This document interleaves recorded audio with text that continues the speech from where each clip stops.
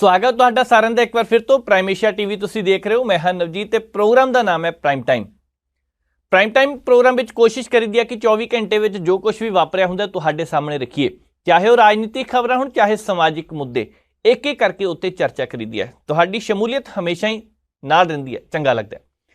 जिहड़ियां खबरां ते चर्चा करांगे उन्हां विच एक राष्ट्र ते एक चोण दी गल करांगे, क्योंकि इस वेले सब तो वड्डी चर्चा चलदी पई है कि देश विच इक्को वार सारियां चोणां करवाईयां जा सकदियां ने। किन्ना सौखा काम है।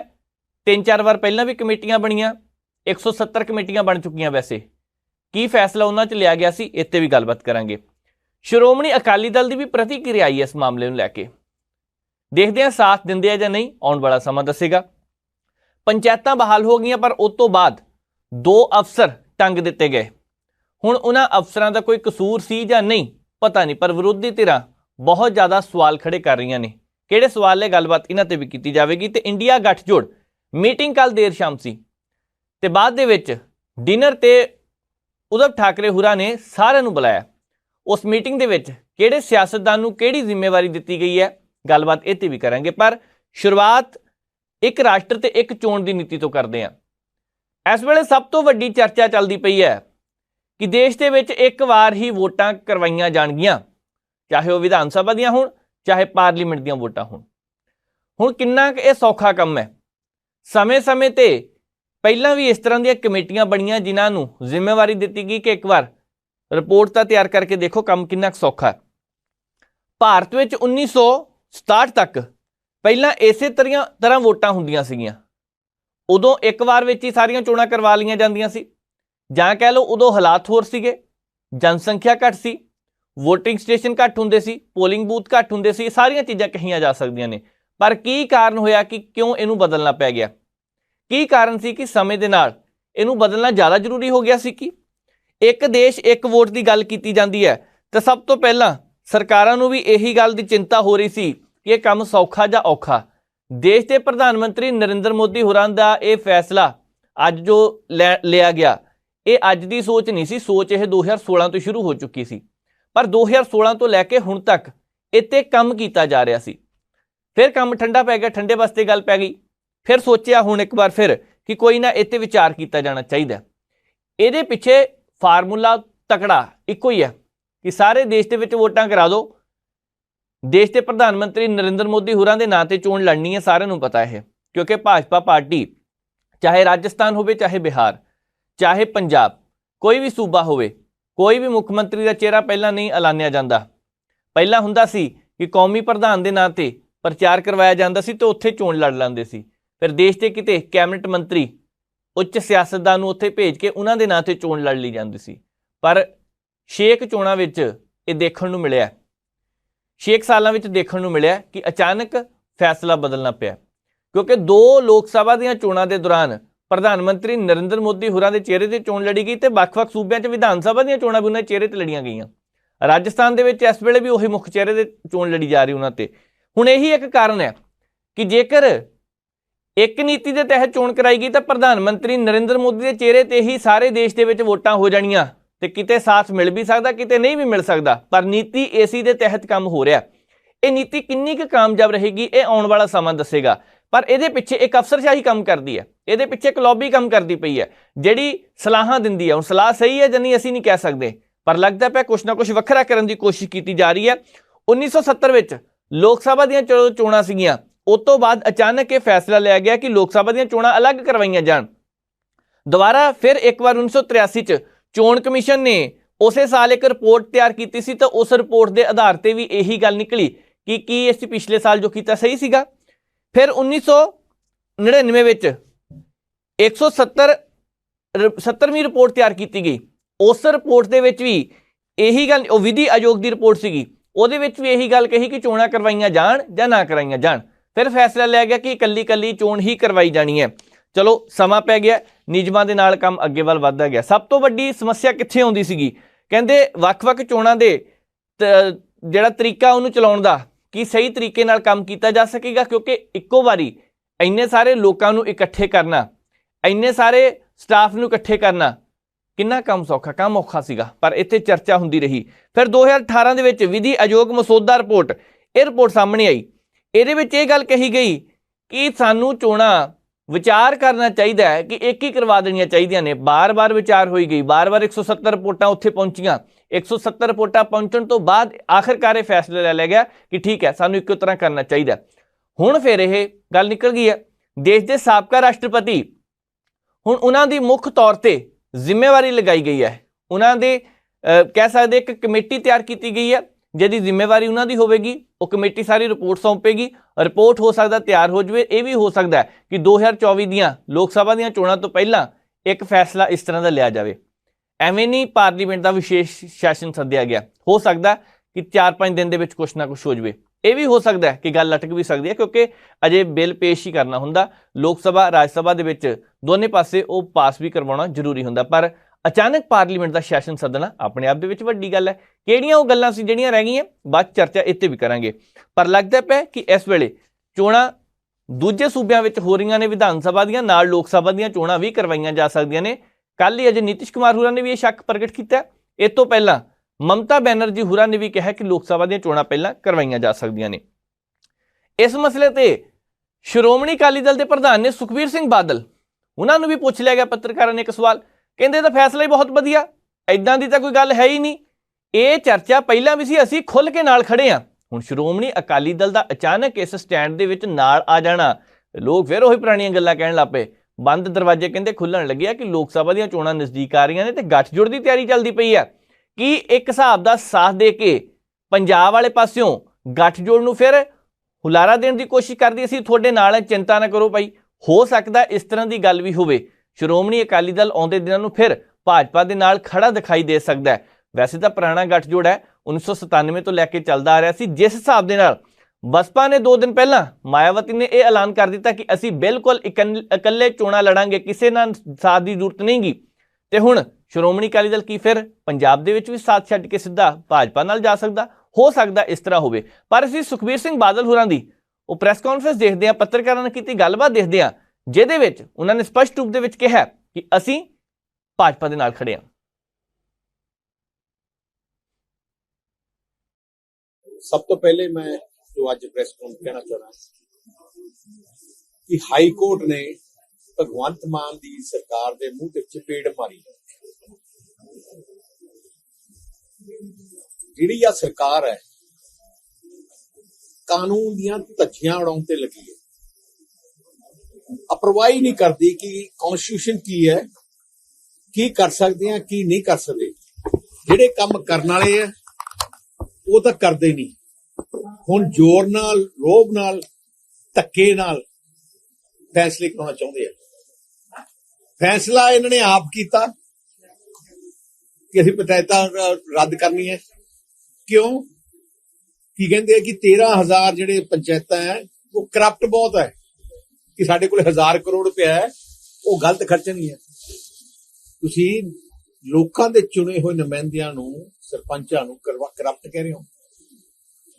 ਇਹ ਤੋਂ ਮਾੜੀ ਗੱਲ ਕੀ ਹੋ ਸਕਦੀ ਹੈ? ਤੇ ਤੁਸੀਂ ਨਹੀਂ ਇਲੈਕਸ਼ਨ ਚੁਣੇ ਹੋਏ ਨੁਮਾਇੰਦੇ। ਸਭ ਤੋਂ ਜ਼ਿਆਦਾ ਕਰਪਸ਼ਨ ਤਾਂ ਪੰਜਾਬ ਦੇ ਇਹਨਾਂ ਦੇ ਐਮਐਲਏ ਕਰੀ ਜਾਂਦੇ ਆ। ਕਟਾਰੂ ਚੱਕ ਵਰਗੇ ਜਿਹੜੇ ਇਹ ਜਿਹੀਆਂ ਹਰਕਤਾਂ ਕਰਦੇ ਆ, ਉਹਨਾਂ ਨੂੰ ਤਾਂ ਕੋਈ ਭੰਗ ਨਹੀਂ ਕੀਤਾ, ਉਹਨਾਂ ਨੂੰ ਤਾਂ ਕੱਢਿਆ ਨਹੀਂ, ਉਹਨਾਂ ਦੀ ਤਾਂ ਮਿਨਿਸਟਰੀ ਨਹੀਂ ਲਈ।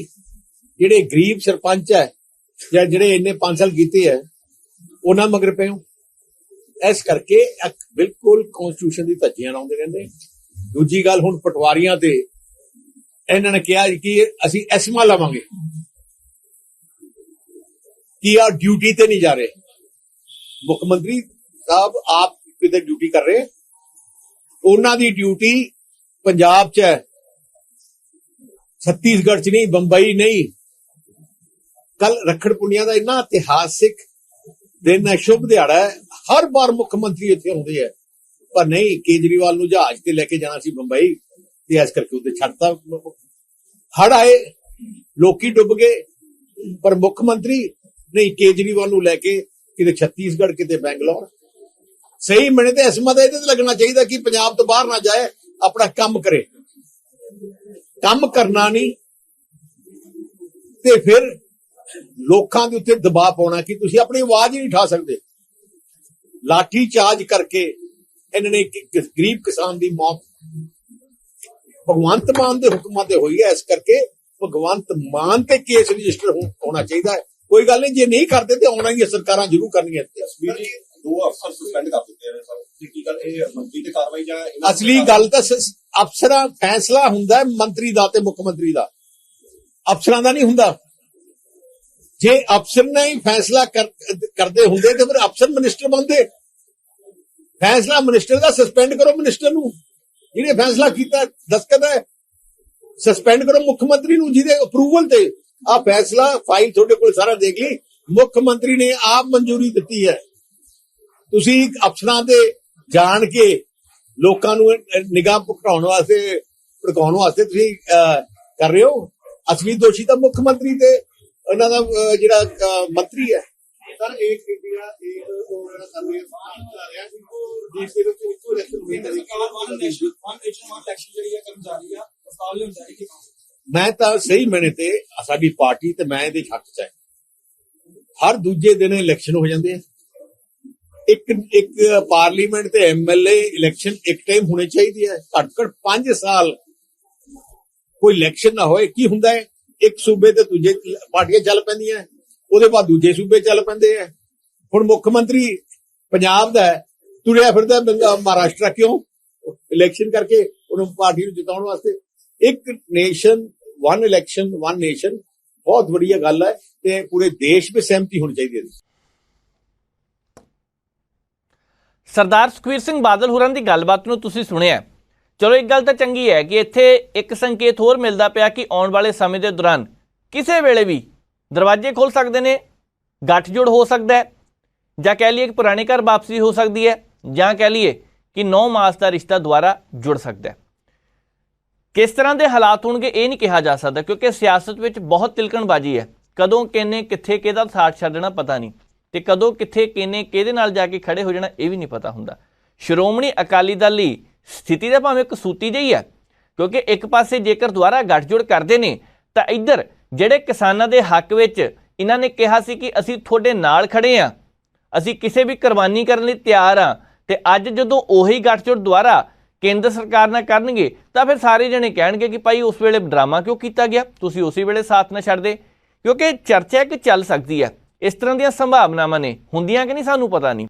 ਸੋ ਅੱਗੇ ਵਧਦੇ ਹਾਂ, ਗੱਲ ਕਰਨੀ ਹੈ ਪੰਜਾਬ ਦੇ ਵਿੱਚ ਜਿਹੜੀ ਰੱਖੜ ਪੁੰਨਿਆ ਤੇ ਕਾਨਫਰੰਸ ਹੋਈ ਹੈ।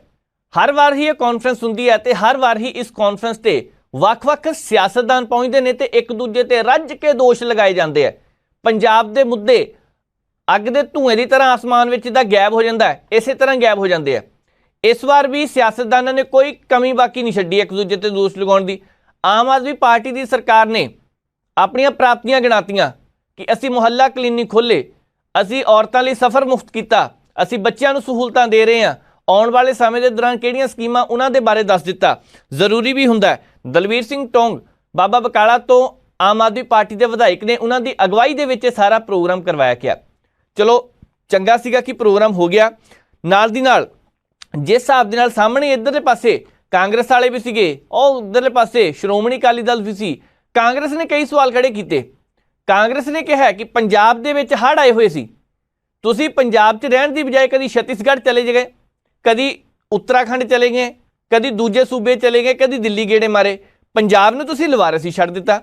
ਇਹ ਜਿਹੜੀਆਂ ਗੱਲਾਂ ਕਾਂਗਰਸ ਪਾਰਟੀ ਨੇ ਖੜੀਆਂ ਕੀਤੀਆਂ, ਹੋ ਸਕਦਾ ਕਿ ਇਹਦੇ ਵਿੱਚੋਂ ਕਈਆਂ ਨੇ ਜਵਾਬ ਦੇਣ ਦੀ ਕੋਸ਼ਿਸ਼ ਕੀਤੀ ਹੋਵੇ, ਪਰ ਇਸ ਕਰਕੇ ਨਾ ਦਿੱਤਾ ਗਿਆ ਹੋਵੇ। ਚਲੋ ਕੋਈ ਨਹੀਂ, ਜੋ ਕਹਿੰਦੇ ਸੱਚ ਹੀ ਕਹਿੰਦੇ ਆ।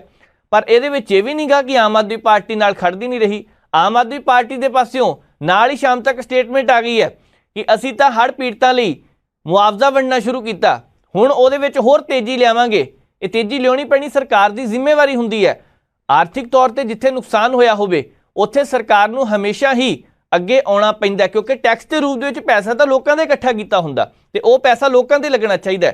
ਆਮ ਆਦਮੀ ਪਾਰਟੀ ਦੀ ਸਰਕਾਰ ਉਹ ਕਰ ਵੀ ਰਹੀ ਹੈ। ਕਹਿੰਦੇ ਹੁਣ ਜਿਸ ਹਿਸਾਬ ਦੇ ਨਾਲ ਕਾਂਗਰਸ ਦੇ ਅਮਰਿੰਦਰ ਸਿੰਘ ਰਾਜਾ ਵੜਿੰਗ, ਉਹ ਕਹਿੰਦੇ ਨੇ ਕਿ ਖਮਿਆਜ਼ਾ ਪੰਜਾਬ ਦੇ ਲੋਕਾਂ ਨੂੰ ਭੁਗਤਣਾ ਪਿਆ। ਕਿਸਾਨਾਂ ਦੀ 6 ਲੱਖ ਏਕੜ ਫਸਲ ਦਾ ਨੁਕਸਾਨ ਹੋ ਗਿਆ, ਕੋਈ ਪੁੱਛ ਹੀ ਨਹੀਂ ਰਿਹਾ, ਕੋਈ ਸੁਣ ਨਹੀਂ ਰਿਹਾ। ਇਹਦੇ ਵਿੱਚ ਕੋਈ ਸ਼ੱਕ ਨਹੀਂ, ਪੰਜਾਬ ਦੇ ਵਿੱਚ ਵੱਡੇ ਪੱਧਰ ਤੇ ਨੁਕਸਾਨ ਹੋਇਆ।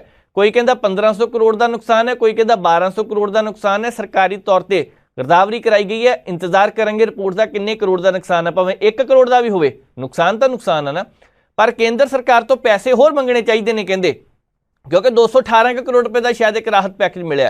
पंजाब सरकार की राहत पैकेज उन्ने दे नाल सारे किसानों को मुआवजा देगी? नहीं, क्योंकि आम लोग भी है, लोगों के घर ढह गए ने, लोगों के सुपने पानी में बह के रह गए, खेतों के फसल खराब हो गई, जिथे फसल उगी सी, जिथे पनीरी बीजी सी झोने की, उत्थे रेता मिट्टी इकट्ठे होए पे ने, ते किस हिसाब के कहा जा सकता नुकसान नहीं होया। फिर उस तो बाद प्रताप सिंह बाजवा उन्होंने पंचायतों के मुद्दे लैके सवाल खड़े कर दिते। हुण देखो रखड़ पुन्निया के मेले ते हर बार ही प्रोग्राम तो हुंदा, हर बार ही जिहड़े लागे जिहे मुद्दे हुंदे उन्हां दिनां दे दौरान वो चुक ले जाते हैं। हुण उन्होंने पंचायतों का मुद्दा चुक लिया कि जानबूझ के किया गया, जे जो कुछ किया गया गलत है, ठीक है भाई तुसीं कहने, क्योंकि कल भी फैसला अचानक बदलना पिया सीगा। पर हाईकोर्ट के फैसले का भी उन्होंने जिक्र किया कि इत्थे हाईकोर्ट ने फैसले नूं लैके सवाल भी खड़े किए सी पहलां दूजियां सियासी पार्टियां ने, पर हुण इन्होंने भी कहता सारा कुछ ठीक हो रहा है, जो कुछ भी हो रहा है। श्रोमणी अकाली दल की गल करिए तो श्रोमणी अकाली दल ने भी यही गल कही है कि एसमा तो मुख्यमंत्री साहब ते लगना चाहिए सीगा। क्यों लगना चाहिए सी? वो कहते ये भी तो पंजाब दे विच रहे नहीं, हड़ पंजाब चाहे ये दूजे सूबिਆਂ ਦੇ ਵਿੱਚ यात्रा करते रहे।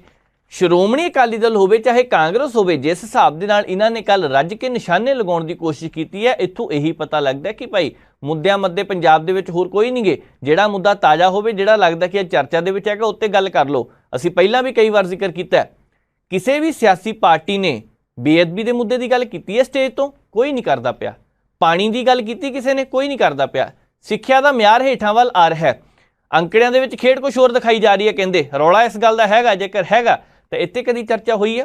पंजाब दे विच बिजली का मुद्दा सब तो वड्डा बनता पिया, आउण वाले समय बनने वाला, सबसिडियां दे विच पैसे इकट्ठे किए जा रहे हैं।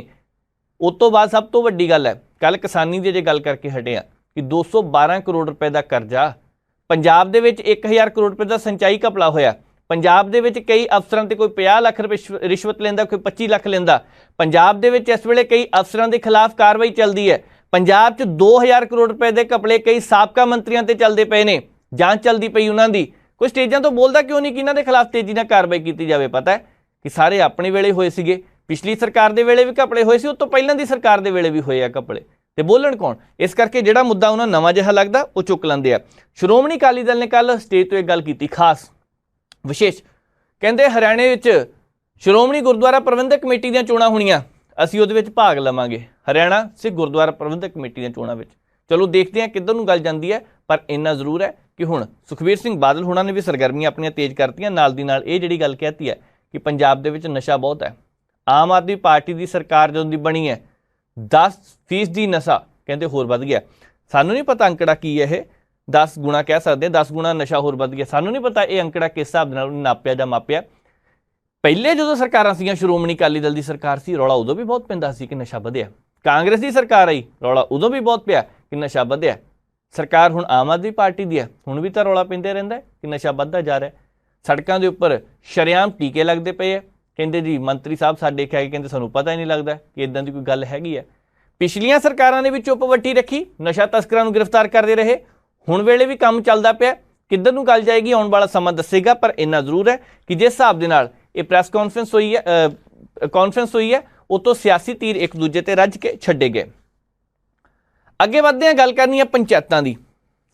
पंचायतां बहाल कर दित्तियां गईयां, पर नाल दी नाल एक गल होर कह दी गई है कि जो भत्ते मिलते सरपंचां नूं मिलेगा, पर बाकी जिहड़ा पैसा जिथे जिथे मिलता सब काम कोई नहीं हो सकेगा, सारा कुछ बंद। तो फिर इहदे नालों ना फैसला लेंदे विरोधी पार्टियां च कहंदियां तां भी चंगा सीगा। सानू नहीं पता ये फैसला किधर नूं जावेगा, आउण वाले समय दौरान की नुकसान होवेगा, पर कल इस तरह होया कि 2 अफसरां नूं मुअत्तल कर दिता गया। हुण उन्हां अफसरां नूं मुअत्तल करन दी जरूरत क्यों पै गई? देर शाम ये फैसला लिया गया। हुण की सलाहकार इदां दे चीज़ां ने गलत सलाह देती सी, जां फिर फैसला ही गलत चला गया? कोई कहता जी तकनीकी गलती सी, पर तुसी कमाल की गल देखो, जिहड़ा शाम नोटिफिकेशन जारी हुंदा किते जिक्र नहीं उहदे विच कि तकनीकी गलती सी। आखिर तकनीकी गलती हैगी की है, लभण की लोड़ है। 31 तरीक तक पंचायतां नहीं भंग हो सकदियां सी, वैसे जनवरी के पहले महीने तक ही नहीं हो सकदियां सी। अचानक ये जो फैसला ले लिया गया, आम आदमी पार्टी इहदे करके बैकफुट ते आई है। ये पहली बार नहीं होया, इस तो पहलां विदेश दे विच एक कंपनी दी गड्डियां बनदियां, उस वेले भी कहा गया कि पंजाब के लुधियाने में प्लांट बनेगा जी, बहुत बड़ा प्लांट बनना। कितना क वड्डा प्लांट बन गया? तीसरे दिन कंपनी ने रिपोर्ट देती इदां दी तां कोई गल ही है नहीं गी। पर वो किहड़े सलाहकार सीगे, वो किहड़े अफसर सीगे जिन्हां ने अपने आप ही एक रिपोर्ट तैयार कराती ते दस्तखत भी करवाते? ये किदां हो गया सारा कुछ? कौन है इसदे पिछे? लभण दी जरूरत है। कोई कह रहा है कि पंजाब की अफसरशाही इस वेले नवीं सरकार का साथ नहीं दे रही। कि ये सच है? बहुत वड्डा सवालिया निशान है इहदे पिछे। जेकर हैगा तां PCS अफसरां नाल पिछले दिनी कुछ मुद्दे सीगे चलदे पे, हुण 2 IAS अफसर उन्हां दा जिक्र कीता, उन्हां नूं मुअत्तल कर दिता गया। हुण उन्हां अफसरां नूं मुअत्तल करके कोई कहंदा जी बकरे नूं बचाउण लई चूचे दी बली देती है जी। चलो सियाणे कहंदे आ कहावतां हैगीआं बणीआं, पर इत्थे की सचमुच इदां ही हैगा? क्योंकि जेकर इन्हां 2 अफसरां नूं हुण मुअत्तल किया गया तो 48 घंटे के अंदर अंदर यदी जानकारी केंद्र सरकार तक जानी जरूरी है, क्योंकि अफसर तो उपरले पासों ही IAS अफसर है। हुण IAS अफसर लॉबी उन्हां दे विचकार भी एक कहिंदे है कि नाराज़गी देखण नूं मिल रही है। पहलां PCS अफसरां दे विचकार, हुण IAS अफसरां 'च जेकर इदां दी गल हैगी है तो आउण वाले दिनां दे दौरान मुश्किलां खड़ियां हो सकदियां ने। तुसीं एक होर देखो, चर्चा चलदी पई है कि कई सीनियर अफसर उस मीटिंग दे विच शामिल नहीं हुंदे जिथे एक जूनीयर नूं जिम्मेवारी दी गई है तो सीनियर पिछे जाके बह जाते हैं। जेकर ये भी गल सही है तो यह भी सामने गल आनी चाहिए, कोई जवाब क्यों नहीं दिंदा पे इन्हां मसलियां ते? अंदर खाते जेकर ये जानकारियां बाहर आ रही ने तो फिर खिद्दो दे विचों जदों लीरां निकलदियां ने तो लीरां वख-वख तरह दीयां हो जांदियां ने, कुछ मुश्क मारदियां हुंदियां ने। पर इत्थे जेकर अंदरले भेत बाहर आउण लग पे ने तो इहदा मतलब है कुछ ना कुछ गड़बड़ी हैगी है। समय तो पहला मौका सामना चाहिए। वैसे मौके का नहीं पता हुंदा हालात कदों बदलण। जेकर सियासतदान बदल सकते हैं, अफसरां दे सुभाਅ बदल सकते हैं तो फिर बहुत कुछ बदल सकता। हुण जिहड़ी ये गल कही गई है कि अफसरशाही मनदी नहीं पई, पठानकोट वाले पासे एक अफसर ते दोष लगे, रिटायरमेंट तो कुछ दिन पहले ही उन्हें जमीन का झगड़ा ही मुका के रखता, करोड़ों रुपए की जमीन सस्ते मुल ते देती, अपने दित्ती सीगी। वो बंदे नूं इन्नी तरक्की किदां देती? पंचायती विभाग तो कट के एड्डी वड्डी अफसरशाही दे नाल जोड़ किदां दिता गया? जिन्हां ते दोष लगदे वो भी चुप, जिन्हां ने कार्रवाई करनी वो भी चुप, ਜਿਹੜੇ ਜਾਂਚ कर रहे वो भी चुप। कोई बोलता क्यों नहीं पिया? सवाल तो खड़े आप ही होने। विरोधी धिरां नूं मुद्दा मिलता पिया एक करके, वो विरोधी धिरां इस मसले ते बोलण नूं तैयार नहीं गया हुण भावें, पर आउंदे दिनां तुसीं देखियो एक एक करके सबूतां दे नाल अगले ने गल कट मारनी है। हुण जिहड़े IAS अफसरां दा असीं जिक्र करके हटे 2 दा, अज बिक्रम सिंह मजीठीआ होरां ने प्रैस कॉन्फ्रेंस करके फोटो दे नाल लैटर दिखाया एक, वो कहंदे इदां दी गल नहीं सीगी, इन्हां अफसरां ते दबाਅ पाया गया सी। कि वाकई सही गल है, दबाਅ पाया गया? हुण जिन्हां दा नाम आउंदा पिया उन्हां नूं जवाब देना पैना, जां फिर वो भी हुण जिहड़ा लैटर लैके नकली है। क्योंकि पहलां तो यह गल कही गई सी ना कि पंचायती चोणां दा जिहड़ा नोटिफिकेशन है भंग करन वाला वो नकली सीगा, ते की हुण ये भी लैटर नकली होवेगा? आउण वाले दिनां दे दौरान बहुत कुछ पता लगना। केंद्र दे नाल रेड़का पहले ही चलदा पिया, गवर्नर साहब नाल रेड़का चलदा पिया। चलो गवर्नर साहब दे नाल थोड़ी जी मिठास पैदा हुंदी पई इस वेले, लगदा शब्दी तीर जिहड़े छड्डे जा रहे सी रुके पे 5-6 दिन तो, असीं उहदा भी जिक्र करांगे। पर 48 घंटिਆਂ 'ਚ जेकर केंद्र सरकार नूं ਇਹ दसना पैना मुअत्तल क्यों किया गया, ताकि जवाब सही तरीके नाल ना दिता गया तो वो अफसर दोबारा बहाल हो जाएंगे। उन्हां दे कोल मौका, वो हाईकोर्ट भी जा सकते हैं, कुछ गल्लां उन्हां दे कोल भी होणीआं, कागजी कार्रवाई उन्हां कोल भी होनी है। अफसरशाही इत्थे तक एवें नहीं पहुँचती, कन्नां दे इन्ने कच्चे नहीं हुंदे। वो उन्होंने भी पढ़ लिख के कानून पढ़ लिख के इत्थे तक पहुँचे है, उन्होंने कोल भी कोई ना कोई चीज़ां होणगीआं, किन्ने दबाਅ पाया सी वो भी गल्लां जरूर होणगीआं। जेकर कल कोई रिकॉर्डिंग सामने आ गई फिर की है? ये किहड़ा फौजा सिंह सरारी होना वाला मामला कि रिकॉर्डिंग सामने आ गई तो कार्रवाई नहीं हुई? कार्रवाई हो सकती है, पर यह है कि आने वाले दिनों के दौरान देखते हैं गल किधर नूं जाती है। ये फैसला हुण हाईकमान करेगी, उपरली हाईकमान की फैसला लैंदी है आने वाले समय पता लगेगा। पर इन्ना जरूर है, एक पासे अफसरां की हड़ताल भी हो सकती है, दूसरे पासे तहसीलदारां की हड़ताल चलती पई है, उधरों सरकारी दफ्तरां विच कर्मचारी वो हड़ताल ते पहुंचे पे ने, कुछ किते जिहड़े पटवारी सीगे तहसीलदार सीगे इन्हां दफ्तरां दे विच भी 6 ਲੱਖ तो वध मुलाजम ने। वो कहिंदे पे असीं कलम छोड़ हड़ताल करनी। कल मुख मंत्री साहब ने परसों कहा सीगा तुसीं कलम छड्डो, असीं दस्सांगे किहदे हत्थ भी देनी है कलम, पर अगलिਆਂ ने हड़ताल भी नहीं की मुकम्मल तौर पर, ते नाल दी नाल काम भी छड्डिया पिया। 3000 तो वध सर्कल है शायद जिथे काम रुकिया पिया, रजिस्ट्रियां रुकियां पईआं, लोकां नूं कहंदे खज्जल खुआर नहीं होण देना, लोग खज्जल खुआर हो रहे हैं। पर आ जिहड़ा फैसला देर शाम आया इहदे करके भी लगदा रौला पै जाना। हुण अप्रूवल भी होनी है उपरले पासे, ते अप्रूवल दिंदा कौन रहा ये भी पता करने की जरूरत है। एक चीज़ इत्थे होर है, जिहड़ी ये चर्चा चलती है कि बहुत सारे अफसर पहले दियां सरकारां दे नाल भी मिल के काम कर रहे हैं, इहदे विच कोई शक नहीं। सरकारां जिहड़ियां मर्जी होण, सरकार 5 साल बाद बदल जाती है, पर अफसर तुहानूं पता ही है 58 साल तक रहिंदे आ, ਤੇ ਉਹਨਾਂ ਦੀ ਮਰਜ਼ੀ ਹੁੰਦੀ ਹੈ ਕਿ ਕਿਹਨਾਂ ਜਾਣਾ ਕਿਹਨਾਂ ਨਹੀਂ ਜਾਣਾ। ਉਹਨਾਂ ਨੂੰ ਪਿਛਲੀ ਸਰਕਾਰ ਦਾ ਵੀ ਧਿਆਨ ਰੱਖਣਾ ਪੈਂਦਾ, ਕੀ ਪਤਾ 5 ਸਾਲ ਬਾਅਦ ਕਿਹੜੇ ਆ ਜਾਣੇ ਆ। ਉਹਨਾਂ ਨੂੰ ਮੌਜੂਦਾ ਸਰਕਾਰ ਦਾ ਵੀ ਧਿਆਨ ਰੱਖਣਾ ਪੈਣਾ। ਉਹ ਨਹੀਂ ਕਿਸੇ ਨਾਲ ਤੋੜਦੇ ਹੁੰਦੇ, ਬਹੁਤੀ ਜਰਾਨੇ ਉਹਨਾਂ ਦੇ ਸਾਰਿਆਂ ਨਾਲ ਹੁੰਦੇ ਆ। ਪਰ ਸਮਝਣ ਦੀ ਲੋੜ ਹੈ ਕਿ ਇੱਥੇ ਕੌਣ ਇਦਾਂ ਦੇ ਕੰਮ ਕਰਵਾ ਰਿਹਾ। ਇੱਕ ਵਾਰ ਪਹਿਲਾਂ ਵੀ ਚਰਚਾ ਹੋਈ ਸੀ ਜਦੋਂ ਗੱਡੀਆਂ ਦਾ ਅਸੀਂ ਜ਼ਿਕਰ ਕੀਤਾ ਕਿ ਵਿਦੇਸ਼ ਦੀ ਇੱਕ ਕੰਪਨੀ ਨਾਲ ਸਮਝੌਤਾ ਹੁੰਦਾ ਪਿਆ। ਉਸ ਕੰਪਨੀ ਨੇ 3 ਦਿਨ ਬਾਅਦ ਸਟੇਟਮੈਂਟ ਜਾਰੀ ਕੀਤੀ ਹੈ ਤੇ 2 ਦਿਨ ਵਿੱਚ ਇਸੇ ਗੱਲ ਦੀ ਖੁਸ਼ੀ ਮਨਾਈ ਜਾ ਰਹੀ ਸੀ ਇੱਥੇ ਪਲਾਂਟ ਲੱਗਣ ਵਾਲਾ। ਇਹ ਸਮਝਣ ਦੀ ਲੋੜ ਹੈ, ਦੇਖਣ ਦੀ ਲੋੜ ਹੈ ਕਿ ਕੌਣ ਪਿੱਛੇ ਕੀ ਕਰ ਰਿਹਾ ਹੈ। ਅੱਗੇ ਵੱਧਦੇ ਹਾਂ, ਗੱਲ ਕਰਨੀ ਹੈ ਗੱਠਜੋੜ ਦੀ। ਇੰਡੀਆ ਗੱਠਜੋੜ ਨੂੰ ਲੈ ਕੇ ਜਿਸ ਹਿਸਾਬ ਦੇ ਨਾਲ ਤਿਆਰੀਆਂ ਕੀਤੀਆਂ ਜਾ ਰਹੀਆਂ ਨੇ, ਕੱਲ ਦੇਰ ਰਾਤ ਇੱਕ ਮੀਟਿੰਗ ਹੁੰਦੀ ਹੈ। ਉद्धਵ ਠਾਕਰੇ ਹੋਰਾਂ ਨੇ ਡਿਨਰ ਤੇ ਸੱਦੇ ਸੀ ਸਾਰੇ। ਹੁਣ ਚਲੋ ਡਿਨਰ ਪਾਰਟੀ ਦਿੱਤੀ, ਹੁਣ ਉੱਥੇ ਵਿਚਾਰ ਚਰਚਾ ਕੀਤੀ ਗਈ ਕਿ ਆਖਰ ਕਿਹੜੇ ਬੰਦੇ ਹੋਣਗੇ ਜਿਹੜੇ ਕਮੇਟੀ ਦੇ ਵਿੱਚ ਪਾਏ ਜਾਣ। ਪਹਿਲਾਂ ਗੱਲ ਹੋਰ ਲੱਗਦੀ ਸੀ, ਆਮ ਆਦਮੀ ਪਾਰਟੀ ਨੇ ਅਰਵਿੰਦ ਕੇਜਰੀਵਾਲ ਹੋਰਾਂ ਨੂੰ ਕਮੇਟੀ ਦੇ ਵਿੱਚ ਮੁੱਖ ਤੌਰ ਤੇ ਕਹਿਤਾ ਸੀ ਕਿ ਪ੍ਰਧਾਨ ਮੰਤਰੀ ਦਾ ਚਿਹਰਾ ਸਾਡੇ ਵੱਲੋਂ ਇਹ ਹੋਣਗੇ। ਕੱਲ ਇਹ ਵੀ ਲੱਗਦਾ ਸੀ ਕਿ ਮੀਟਿੰਗ ਦੇ ਵਿੱਚ ਨਵੇਂ ਚਿਹਰੇ ਦਾ ਐਲਾਨ ਕੀਤਾ ਜਾ ਸਕਦਾ, ਹੋ ਸਕਦਾ ਉਹ ਸ਼ਰਦ ਪਵਾਰ ਹੋਣ, ਹੋ ਸਕਦਾ ਅਰਵਿੰਦ ਕੇਜਰੀਵਾਲ ਹੋਣ, ਇਹ ਵੀ ਹੋ ਸਕਦਾ ਕਿ ਮਮਤਾ ਬੈਨਰਜੀ ਹੋਵੇ, ਕਿਉਂਕਿ ਨਿਤਿਸ਼ ਕੁਮਾਰ ਹੋਰਾਂ ਨੇ ਪਹਿਲੇ ਹੱਥ ਖੜੇ ਕਰਤੇ ਸੀ। ਤੇਜਸਵੀ ਯਾਦਵ ਪਿੱਛੇ ਸੀਗੇ, ਅਖਿਲੇਸ਼ ਯਾਦਵ ਦਾ ਨੰਬਰ ਆਉਂਦਾ ਸੀ ਪਰ ਉਹ ਇੰਨੇ ਸੀਨੀਅਰ ਨਹੀਂ। ਬਹੁਤ ਸਾਰੇ ਸਿਆਸਤਦਾਨ ਉੱਥੇ ਸੀਗੇ ਜਿਨ੍ਹਾਂ ਦਾ ਸਵਾਲ ਸੀਗੇ ਕਿ ਇਹ ਆ ਸਕਦੇ ਆ। ਰਾਹੁਲ ਗਾਂਧੀ ਹੁਣਾਂ ਦਾ ਜ਼ਿਕਰ ਵੀ ਆਇਆ, ਮਲਿਕਾਰਜੁਨ ਖੜਗੇ ਦਾ ਵੀ ਆਇਆ, ਪਰ ਇਹਨਾਂ ਦੇ ਵਿੱਚੋਂ ਕਮਾਲ ਦੀ ਗੱਲ ਇਹ ਸੀਗੀ ਕਿ ਰਾਹੁਲ ਗਾਂਧੀ ਨੂੰ ਇਸ ਕਮੇਟੀ ਵਿੱਚ ਰੱਖਿਆ ਹੀ ਨਹੀਂ।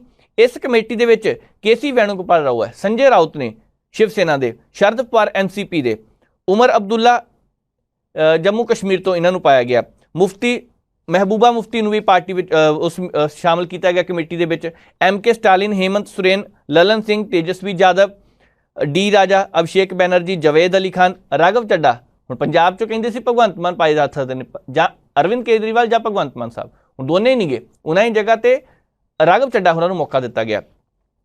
ਤੀਸਰੀ ਗੱਲ ਇਹ ਹੈ ਕਿ ਇਹਦੇ ਵਿੱਚ ਕਮੇਟੀ 'ਚ 2 CM ਹੈ ਤੇ 1 ਡਿਪਟੀ CM ਹੈ। ਹੁਣ ਕੁਝ ਸਮਾਂ ਪਹਿਲਾਂ ਅਪਡੇਟ ਆਈ ਹੈ ਕਿ ਇਹਦੇ ਵਿੱਚ ਇੱਕ ਹੋਰ ਤੀਸਰੀ ਪਾਰਟੀ ਦੇ ਸਿਆਸਤਦਾਨ ਨੂੰ ਵੀ ਵਿੱਚ ਸ਼ਾਮਲ ਕਰਨਾ, ਕਿਉਂਕਿ ਉਹਨਾਂ ਨੇ ਨਾਰਾਜ਼ਗੀ ਦਿਖਾਤੀ CPI ਦੇ।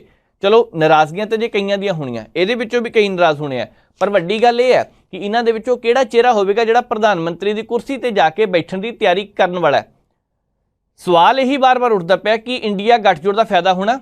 ਕਾਂਗਰਸ ਨੂੰ 109 ਸੀਟਾਂ ਤੇ ਫਿਰ ਵੀ ਇਕੱਲੇ ਚੋਣ ਲੜਨੀ ਪੈਣੀ ਹੈ। ਜੇਕਰ ਦੇਸ਼ ਦੇ ਵਿੱਚ ਵਕਾਰ ਹਾਸਲ ਕਰਨਾ ਜਾਂ ਬਚਾਏ ਰੱਖਣਾ ਤਾਂ ਕਾਂਗਰਸ ਨੂੰ ਇਕੱਲੇ ਕਈ ਥਾਵਾਂ ਤੇ ਚੋਣ ਲੜਨ ਦੀ ਜ਼ਰੂਰਤ ਹੈ, ਤੇ ਇਸੇ ਕਰਕੇ ਜੇਕਰ ਉਹ ਚੋਣ ਜਿੱਤਣਗੇ ਤਾਂ ਹੀ ਕਾਂਗਰਸ ਪਾਰਟੀ ਉੱਪਰ ਵੱਲ ਆਏਗੀ। ਗੱਠਜੋੜ ਦਾ ਬਹੁਤਾ ਫਾਇਦਾ ਕਾਂਗਰਸ ਨੂੰ ਹੋਣ ਵਾਲਾ ਨਹੀਂਗਾ, ਪੱਕੀ ਗੱਲ ਹੈ। ਆਉਣ ਵਾਲੇ ਸਮੇਂ ਦੇ ਦੌਰਾਨ ਵੀ ਇੰਨਾ ਹੈ ਕਿ ਬਹੁਤ ਸਾਰੇ ਸਿਆਸੀ ਪਾਰਟੀਆਂ ਇਕੱਠੀਆਂ ਹੋ ਕੇ ਦਬਾਅ ਪਾ ਸਕਦੀਆਂ ਨੇ, ਪਰ ਵੱਡੀ ਗੱਲ ਇਹ ਹੈ ਕਿ ਸਾਰੀਆਂ ਪਾਰਟੀਆਂ ਇਕੱਠੀਆਂ ਹੋ ਕੇ ਕੌਣ ਗਰੰਟੀ ਦਿੰਦਾ ਕਿ ਸਾਰੇ ਜਣੇ ਨਾਲ ਰਹਿਣਗੇ। ਅਸੀਂ ਸਿਰਫ 2 ਉਦਾਹਰਨਾਂ ਦੀ ਗੱਲ ਕਰਦੇ ਹਾਂ। ਮਹਾਰਾਸ਼ਟਰ ਵਿੱਚ ਅਜੀਤ ਪਵਾਰ ਤੇ ਨਾਲ ਦੀ ਨਾਲ ਸ਼ਰਦ ਪਵਾਰ ਚਾਚਾ ਭਤੀਜਾ ਨੇ। ਹੁਣ ਜੇਕਰ NCP ਦੇ ਕੋਲ ਇਸ ਵੇਲੇ 20 ਸੀਟਾਂ ਆ, ਕੱਲ੍ਹ ਨੂੰ 18 ਆਉਂਦੀਆਂ, 25 ਆਉਂਦੀਆਂ, 28 ਆਉਂਦੀਆਂ, ਜਿੰਨੀਆਂ ਵੀ ਆਉਂਦੀਆਂ, ਅਸੀਂ ਇਹ ਚੀਜ਼ ਦੇਖਾਂਗੇ ਕਿ ਉਹ ਨਾਲ ਰਹਿ ਕੇ ਕਿੰਨਾ ਚਿਰ ਚੱਲ ਸਕਦੇ ਨੇ। ਅਗਲੇ ਮਿੰਟ ਨਹੀਂ ਲਗਾਉਂਦੇ ਪਿੱਛੇ ਆਉਣ ਨੂੰ ਤੇ ਮਿੰਟ ਨਹੀਂ ਲੱਗਦੇ ਨਾਲ ਜਾਣ ਨੂੰ। ਕੱਲ ਸ਼ਾਮ ਤੱਕ ਵੀ ਇਸੇ ਗੱਲ ਤੇ ਚਰਚਾ ਹੁੰਦੀ ਰਹੀ ਕਿ ਸ਼ਰਦ ਪਵਾਰ ਨਾਲ ਨੇ, ਕਿ ਗੱਠਜੋੜ ਦੇ ਵਿੱਚ ਉਹਨਾਂ ਨੂੰ ਨਾਲ ਰੱਖਣਾ ਮਜਬੂਰੀ ਹੈ, ਕਿ ਉਹਨਾਂ ਨੂੰ ਨਾਲ ਰੱਖਣਾ ਬਹੁਤ ਜ਼ਰੂਰੀ ਹੈ। ਇਹ ਸਾਰੀਆਂ ਗੱਲਾਂ ਤੇ ਚਰਚਾ ਹੋਈ। ਜਿਹੜੇ ਦੂਸਰੇ ਪਾਸੇ ਅਜੀਤ ਪਵਾਰ ਹੈ, ਅਜੀਤ ਪਵਾਰ ਦਾ ਵੀ ਕੁਛ ਨਹੀਂ ਪਤਾ, ਦਿਲ ਕਰਦਾ ਬਸ ਡਿਪਟੀ ਮੁੱਖ ਮੰਤਰੀ ਦੀ ਕੁਰਸੀ ਹੀ ਮਿਲੀ ਰਹੇ ਹਮੇਸ਼ਾ ਹੀ, ਕਿਹੜੀ ਮਰਜ਼ੀ ਪਾਰਟੀ ਹੋਵੇ ਕੋਈ ਚੱਕਰ ਨਹੀਂ। ਹੁਣ ਨਾਲ ਦੀ ਨਾਲ ਇਹ ਸਾਰੇ ਜਣੇ ਮਿਲ ਕੇ ਰਹਿਣ ਦੀ ਕੋਸ਼ਿਸ਼ ਕਰਦੇ। ਚਾਚੇ ਭਤੀਜੇ ਨੇ ਕਿੱਧਰ ਜਾਣਾ ਕੋਈ ਪਤਾ ਨਹੀਂ, ਪਰ ਬਾਕੀ ਸਿਆਸੀ ਪਾਰਟੀਆਂ ਜੇਕਰ ਇਕੱਠੀਆਂ ਹੁੰਦੀਆਂ ਤਾਂ ਗੱਲ ਉੱਥੇ ਹੀ ਹੁੰਦੀ ਹੈ ਕਿ 22.5 ਕਰੋੜ ਵੋਟਾਂ ਹਾਸਲ ਕਰ ਸਕਦੀ ਪਾਰਟੀ ਜਾਂ ਨਹੀਂ। ਕਾਂਗਰਸ ਪਾਰਟੀ ਕਹਿੰਦੀ ਅਸੀਂ ਇੱਕ ਯਾਤਰਾ ਸ਼ੁਰੂ ਕਰਾਂਗੇ ਦੱਖਣ ਵਾਲੇ ਪਾਸੇ। ਮਮਤਾ ਬੈਨਰਜੀ ਕਹਿੰਦੇ ਲੋਕਾਂ ਨੂੰ ਇਕੱਠੇ ਕਰਨ ਦੇ ਵਿੱਚ ਕੋਈ ਕਸਰ ਬਾਕੀ ਨਹੀਂ ਛੱਡਣੀ। MK ਸਟਾਲਿਨ ਕਹਿ ਰਿਹਾ ਕਿ ਅਸੀਂ ਇਮਾਨਦਾਰੀ ਦੇ ਨਾਲ ਕੰਮ ਕਰਾਂਗੇ। K ਚੰਦਰਸ਼ੇਖਰ ਰਾਓ ਕਹਿ ਰਿਹਾ ਕਿ ਅਸੀਂ ਵੀ ਕਿਸੇ ਤੋਂ ਪਿੱਛੇ ਨਹੀਂ। ਨਿਤਿਸ਼ ਕੁਮਾਰ ਕਹਿ ਰਿਹਾ ਕਿ ਮੈਨੂੰ ਕੁਰਸੀ ਬਿਲਕੁਲ ਵੀ ਪਿਆਰੀ ਨਹੀਂ, ਪਰ ਮੈਂ ਬਿਹਾਰ ਦੇ ਵਿੱਚ ਲੋਕਾਂ ਦੀ ਸੇਵਾ ਕਰਾਂਗਾ। ਤੇਜਸਵੀ ਯਾਦਵ ਨੂੰ ਅੱਗੇ ਲਿਆਏ, ਲਲਨ ਸਿੰਘ ਨੂੰ ਅੱਗੇ ਲਿਆਏ ਨੇ। ਹੁਣ ਕੀ ਇਹ ਸਾਰੇ ਚਿਹਰੇ ਨਾਲ ਮਿਲ ਕੇ ਚੱਲਣਗੇ? ਯੂਪੀ ਦੇ ਵਿੱਚ ਜਿੱਥੇ ਕਦੀ ਮਮਤਾ ਬੈਨਰਜੀ ਚਾਹੁੰਦੇ ਸੀਗੇ ਕਿ ਇੱਥੇ ਵੀ ਅਸੀਂ ਚੋਣ ਲੜੀਏ, ਉੱਥੇ ਹੀ ਮਾਇਆਵਤੀ ਹੁਣਾਂ ਨੇ ਕੱਲ ਜਦੋਂ ਇਹ ਐਲਾਨ ਕੀਤਾ ਕਿ ਅਸੀਂ ਬਿਲਕੁਲ ਇਕੱਲੇ ਚੋਣਾਂ ਲੜਨੀਆਂ ਨੇ, ਨਾਲ ਦੀ ਨਾਲ ਕਦੀ ਅਖਿਲੇਸ਼ ਯਾਦਵ ਹੁਣਾਂ ਦਾ ਸਾਥ ਸੀ, ਮਮਤਾ ਬੈਨਰਜੀ ਉੱਥੇ ਹੁਣ ਚੋਣ ਨਹੀਂ ਲੜਨ ਵਾਲੇ, ਮਾਇਆਵਤੀ ਨੇ ਕਹਿਤਾ ਇਕੱਲੇ ਚੋਣਾਂ ਲੜਨੀਆਂ, ਤੇ ਫਿਰ ਕਿੱਦਾਂ ਕਹਿ ਸਕਦੇ? ਸਥਿਤੀ ਬਹੁਤ ਮਜ਼ਬੂਤ ਹੋ ਸਕਦੀ ਹੈ। ਯੂਪੀ ਦੇ ਵਿੱਚੋਂ ਹੀ ਲੋਕ ਸਭਾ ਦੀ ਕੁਰਸੀ ਤੈਅ ਹੋਣੀ ਹੈ, ਉੱਥੋਂ ਦੀ ਰਸਤਾ ਨਿਕਲਦਾ ਹੈ, ਪਰ ਉੱਥੇ ਹੀ ਜੇਕਰ ਪਾਰਟੀ ਇੱਕ ਨਹੀਂ ਹੋ ਸਕੀਆਂ ਤਾਂ ਦੂਸਰੇ ਸੂਬਿਆਂ 'ਚ ਕੀ ਕਰਨਗੀਆਂ? ਸਭ ਤੋਂ ਜ਼ਿਆਦਾ ਜ਼ਰੂਰਤ ਯੂਪੀ 'ਚ ਇੱਕ ਹੁੰਦੀ ਹੈ। ਯੂਪੀ ਦੇ ਵਿੱਚ ਜੋਗੀ ਮਾਡਲ ਚੱਲਦਾ ਪਿਆ, ਉੱਥੇ ਪ੍ਰਧਾਨ ਮੰਤਰੀ ਚਿਹਰੇ ਤੇ ਨਹੀਂ ਚੋਣ ਲੜੀ ਜਾਂਦੀ, ਉੱਥੇ ਜੋਗੀ ਮਾਡਲ ਚੱਲਦਾ ਹੈ ਤੇ ਲੋਕ ਜੋਗੀ ਆਦਿੱਤਿਆਨਾਥ ਨੂੰ ਹੀ ਪਸੰਦ ਕਰਦੇ ਹੈ। ਤੇ ਜੇਕਰ ਜੋਗੀ ਆਦਿੱਤਿਆਨਾਥ ਦਾ ਕਿਲਾ ਢਾਉਣਾ ਤਾਂ ਉੱਥੇ ਸਾਰੀਆਂ ਪਾਰਟੀਆਂ ਨੂੰ ਇਕੱਠੇ ਹੋਣਾ ਪੈਣਾ ਹੈ, ਫਿਰ ਜਾ ਕੇ ਗੱਲ ਬਣਦੀ ਹੈ। ਪਰ ਨਹੀਂ, ਯੂਪੀ ਦੇ ਵਿੱਚ ਵੀ ਹਾਲਾਤ ਬਦਲਦੇ ਜਾ ਰਹੇ ਨੇ। ਮਾਇਆਵਤੀ ਹੁਣਾਂ ਨੇ ਇਕੱਲੇ ਚੋਣਾਂ ਲੜਨ ਦਾ ਐਲਾਨ ਕਿਉਂ ਕੀਤਾ? ਬਹੁਤ ਸਾਰੇ ਸਵਾਲ ਖੜੇ ਕਰਦੇ ਨੇ ਇੱਥੇ, ਬਹੁਤ ਸਾਰੇ ਸਵਾਲ ਖੜੇ ਹੋ ਰਹੇ ਨੇ ਕਿ ਮਾਇਆਵਤੀ ਹੁਣੀ ਜਦੋਂ ਉੱਥੇ ਚੋਣ ਲੜਨਗੇ ਤਾਂ ਉਹਨਾਂ ਨੂੰ ਕਿਸੇ ਤਰ੍ਹਾਂ ਦੀ ਕੋਈ ਚਿੰਤਾ ਨਹੀਂ ਹੋਣੀ? ਹੋ ਸਕਦਾ ਕਿ ਬਹੁਤ ਸਾਰੇ ਕੇਸ ਅਜੇ ਚੱਲਦੇ ਪਏ ਆ, ਖੁੱਲ੍ਹ ਜਾਣ ਫਾਈਲਾਂ ਤੇ ਕੱਲ੍ਹ ਨੂੰ ਬੰਦ ਵੀ ਹੋ ਸਕਦੀਆਂ ਨੇ।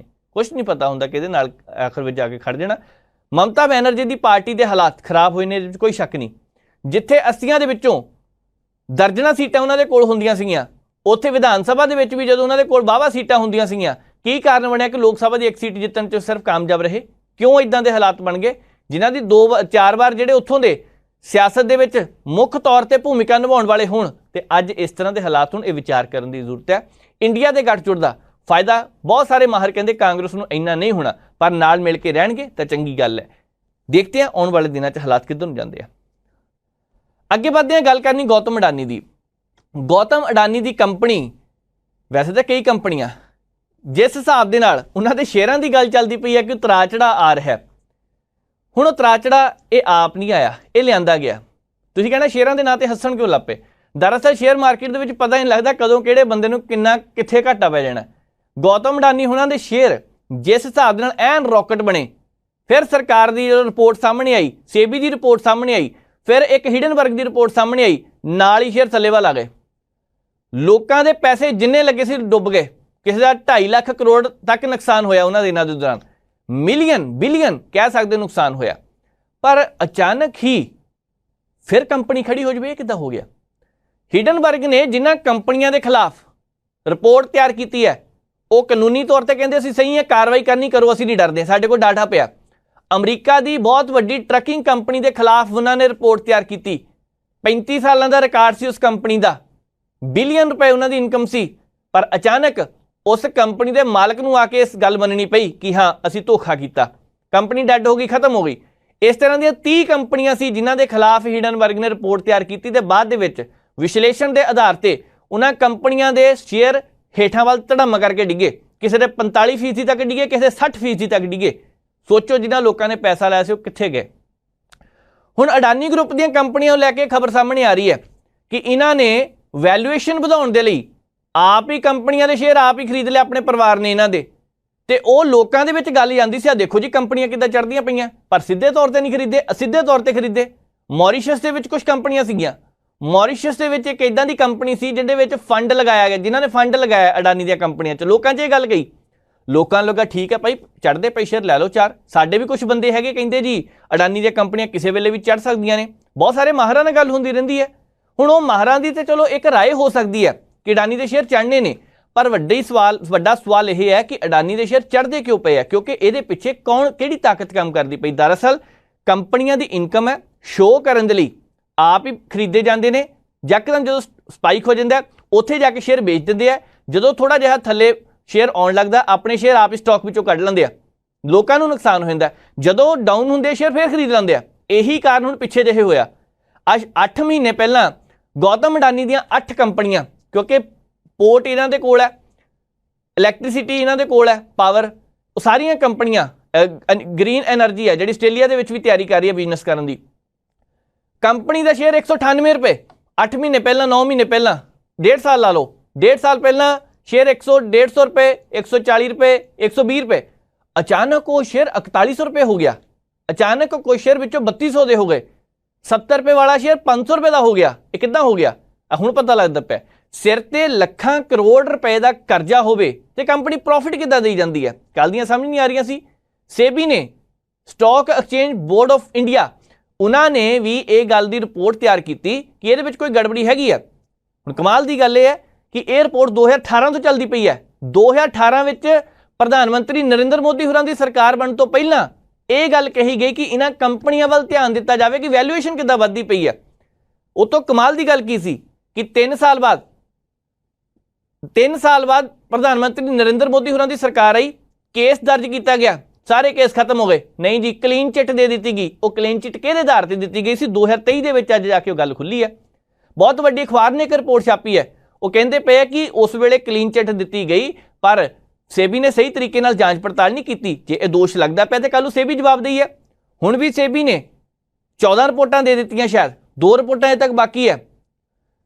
28 ਅਗਸਤ ਤੱਕ ਦਾ ਸਮਾਂ ਮੰਨਿਆ ਸੀਗਾ, 28 ਅਗਸਤ ਨੂੰ ਰਿਪੋਰਟਾਂ ਦੇਣੀਆਂ ਸੀਗੀਆਂ। ਪਹਿਲਾਂ 14 ਅਗਸਤ ਸੀ, ਵਧਾ ਕੇ 28 ਅਗਸਤ ਦਾ ਸਮਾਂ ਦਿੱਤਾ, 28 ਅਗਸਤ ਨੂੰ ਫਿਰ ਕਹਿਤਾ ਕਿ 2 ਦਿਨ ਚਾਹੀਦੇ ਅਜੇ, ਅਗਲੀ ਡੇਟ ਫਿਰ ਦਿੱਤੀ ਗਈ ਹੈ। ਉਹਨਾਂ ਤਰੀਕਾਂ ਤੋਂ ਬਾਅਦ ਗੌਤਮ ਅਡਾਨੀ ਦੀਆਂ ਕੰਪਨੀਆਂ ਕਿਸ ਤਰ੍ਹਾਂ ਸ਼ੇਅਰ ਕਮਾ ਕੇ ਗਈਆਂ, ਇਹ ਦੇਖਣ ਵਾਲੀ ਗੱਲ ਹੈ। ਦੇਖਦੇ ਹਾਂ ਇਹਦੇ ਵਿੱਚੋਂ ਨਿਕਲਦਾ ਕੀ ਹੈ। ਪਰ ਇੰਨਾ ਜ਼ਰੂਰ ਹੈ ਕਿ ਗੌਤਮ ਅਡਾਨੀ ਆਉਣ ਵਾਲੇ ਸਮੇਂ 'ਚ ਕਿਤੇ ਕਸੂਤ ਤੇ ਤਾਂ ਨਹੀਂ ਫਸ ਸਕਦੇ। ਵੈਸੇ ਸਮੇਂ-ਸਮੇਂ ਦੀ ਗੱਲ ਹੈ, ਅਸੀਂ ਗੌਤਮ ਅਡਾਨੀ ਦੀ ਗੱਲ ਕਿਉਂ ਕਰਨੀ ਹੈ? ਜਦੋਂ ਕਾਂਗਰਸ ਦੀ ਸਰਕਾਰ ਸੀ ਉਸ ਵੇਲੇ ਕਿੰਨੇ ਘਪਲੇ ਸਾਹਮਣੇ ਆਏ। 2G ਸਪੈਕਟਰਮ ਸਾਹਮਣੇ ਆਇਆ, ਚਲੋ ਮਾਰਕੀਟ ਦੇ ਵਿੱਚ ਸੀਗਾ। ਕੋਲ ਘਪਲਾ ਸਾਹਮਣੇ ਆਇਆ, ਕੈਗ ਦੀਆਂ ਰਿਪੋਰਟਾਂ ਨੇ ਕਿੰਨੇ ਖੁਲਾਸੇ ਕੀਤੇ, ਸ਼ੇਅਰ ਮਾਰਕੀਟ ਦਾ ਨਹੀਂ। ਕਲਮਾਡੀ ਦੇ ਖਿਲਾਫ ਘਪਲਾ ਸਾਹਮਣੇ ਆਇਆ ਸੀ। ਕਾਮਨਵੈਲਥ ਦੀਆਂ ਖੇਡਾਂ, ਖਿਲਾੜੀਆਂ ਨੂੰ ਗੱਦੇ ਚਾਹੀਦੇ ਸੀ, ਗੱਦਿਆਂ ਦੇ ਵਿੱਚ ਹੀ ਢਕਾਰ ਗਏ ਸਾਰਾ ਕੁਝ। ਕਰੋੜਾਂ ਰੁਪਏ ਦਾ ਘਪਲਾ ਉਹ ਵੀ ਸੀਗਾ। ਇਹ ਨਹੀਂ ਕਿ ਸ਼੍ਰੋਮਣੀ ਕਾਂਗਰਸ ਦੀ ਸਰਕਾਰ ਸੀਗੀ, ਇਹ ਵੀ ਨਹੀਂ ਕਿ ਉਸ ਵੇਲੇ ਭਾਜਪਾ ਦੀ ਸਰਕਾਰ ਵੇਲੇ ਕੁਝ ਨਹੀਂ ਹੋਇਆ। ਜਦੋਂ ਅਟਲ ਬਿਹਾਰੀ ਵਾਜਪਾਈ ਹੋਰਾਂ ਦੀ ਸਰਕਾਰ ਸੀ ਉਸ ਵੇਲੇ ਵੀ ਘਪਲੇ ਹੋਏ ਆ। ਉਹਨਾਂ ਤੋਂ ਪਹਿਲਾਂ ਜਦੋਂ ਸਰਕਾਰਾਂ ਸੀਗੀਆਂ ਉਸ ਵੇਲੇ ਵੀ ਘਪਲੇ ਹੋਏ ਆ। ਕੋਈ 2 ਲੱਖ ਕਰੋੜ ਰੁਪਏ ਦਾ ਘਪਲਾ ਹੋ ਗਿਆ। ਜਦੋਂ 1980-90 ਦੇ ਵਿੱਚ ਸਟਾਕ ਮਾਰਕੀਟ ਦਾ ਰਾਜਾ ਕਹਿਣ ਵਾਲੇ ਉਸ ਸ਼ਖਸ ਨੇ ਕਰੋੜਾਂ ਰੁਪਏ ਦਾ ਨਹੀਂ ਅਰਬਾਂ ਰੁਪਏ ਦਾ ਘਪਲਾ ਕੀਤਾ, ਉਦੋਂ ਕਿਹਦੀ ਸਰਕਾਰ ਸੀਗੀ? ਕੌਣ ਸਾਥ ਦਿੰਦਾ? ਸਮੇਂ-ਸਮੇਂ ਤੇ ਕਾਰਪੋਰੇਟ ਘਰਾਣੇ ਨੂੰ ਕੋਈ ਨਾ ਕੋਈ ਸਾਥ ਤੇ ਸ਼ਹਿ ਦੇਣ ਵਾਲਾ ਹੁੰਦਾ ਹੀ ਹੈ, ਜਿਹਦੇ ਕਰਕੇ ਥਾਪੜੇ ਦੇ ਕਰਕੇ ਕੰਮ ਚੱਲਦਾ ਰਹਿੰਦਾ। ਗੌਤਮ ਅਡਾਨੀ ਦੀਆਂ ਕੰਪਨੀਆਂ ਇਸ ਵੇਲੇ ਵੈਲਿਊਏਸ਼ਨ ਦੇ ਆਧਾਰ ਤੇ ਜਿਸ ਹਿਸਾਬ ਦੇ ਨਾਲ ਲੋਕਾਂ ਦੀਆਂ ਅੱਖਾਂ ਵਿੱਚ ਘੱਟਾ ਪਾ ਕੇ ਪ੍ਰੋਫਿਟ ਕਮਾ ਕੇ ਗਈਆਂ, ਆਉਣ ਵਾਲੇ ਦਿਨਾਂ ਦੇ ਦੌਰਾਨ ਜਾਂਚ ਹੁੰਦੀ ਹੈ ਕਿ ਨਹੀਂ ਸਾਨੂੰ ਨਹੀਂ ਪਤਾ, ਪਰ ਨਤਾਰਾ ਹੋਣਾ ਚਾਹੀਦਾ। ਸੇਬੀ ਨੂੰ ਸਾਹਮਣੇ ਸਾਰਾ ਕੁਝ ਲਿਆਉਣਾ ਚਾਹੀਦਾ। ਕਈ ਕੰਪਨੀਆਂ ਦੇ ਖਿਲਾਫ ਜਾਂਚ ਚੱਲਦੀ ਪਈ ਹੈ, ਦੇਖਦੇ ਹਾਂ ਉਹਦੇ ਵਿੱਚੋਂ ਨਿਕਲਦਾ ਕੀ ਹੈ। ਐਵੇਂ ਤਾਂ ਨਹੀਂ ਇੱਕ ਦਿਨ ਦੀ 1100 ਕਰੋੜ ਰੁਪਏ ਇਨਕਮ ਹੈ ਇੱਕ ਦਿਨ ਦੀ। ਤੇ ਸਾਡੇ ਇੱਥੇ ਕੁਝ ਕੁ ਬੰਦੇ ਹੋਣਗੇ ਜੋ ਸ਼ੇਅਰ ਮਾਰਕੀਟ ਦੇ ਵਿੱਚ ਇੰਟਰਸਟ ਰੱਖਦੇ ਹੋਣਗੇ, ਉਹਨਾਂ ਨੂੰ ਪੁੱਛ ਕੇ ਦੇਖਿਓ 700 ਰੁਪਏ ਦਾ ਵੀ ਨੁਕਸਾਨ ਹੋ ਜਾਵੇ ਨਾ, ਸ਼ਾਮ ਤੱਕ ਮੂੰਹ ਵਿੰਗੇ ਰਹਿੰਦੇ ਆ। ਕਿਉਂ? ਇਸੇ ਕਰਕੇ ਰਹਿੰਦੇ ਆ ਕਿ ਭਾਈ ਨੁਕਸਾਨ ਹੋ ਗਿਆ।